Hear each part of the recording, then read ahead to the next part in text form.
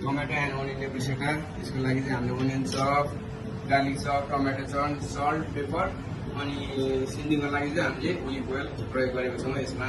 अनि यो चाहिँ हाम्रो ब्रेड चाहिँ टोस्ट गरिसकेका छौँ।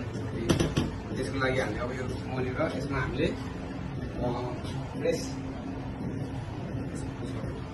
अब हामीले यता यसलाई यसको लागि फ्रेस बेसी हाल्छौँ।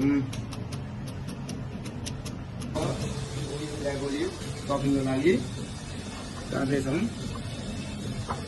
अब त्यसमा हामीले अब यो एड गर्छौँ बेसी एड गर्छौँ।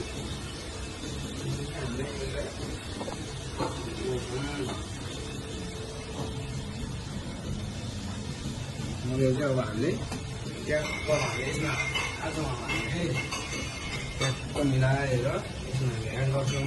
तर अलिकति मिलेन है, चाहिने नै भयो मलाई। अब एड गर्छौँ टमाटो एन्ड बेसी मोलेको चट्ट हामीले हालेर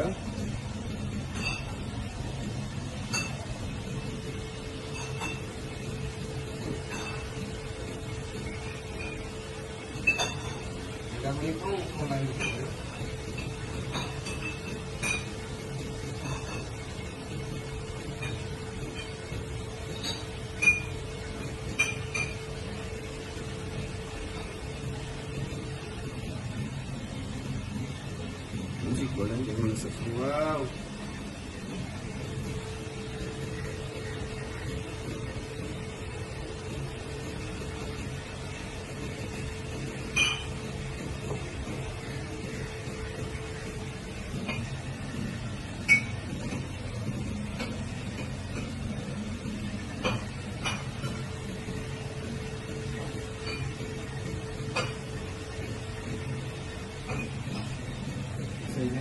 अब हामीले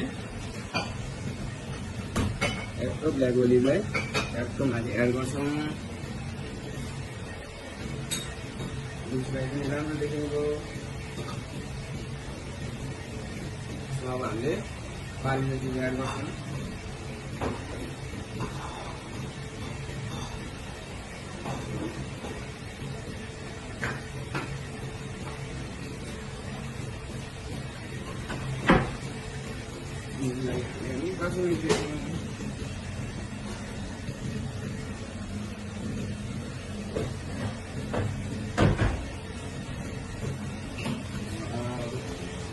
एडिटिङ गर्न लाग्छौँ यसलाई। भिडियो लामो भयो होला, एडिटिङ गरेको मात्र भिडियो।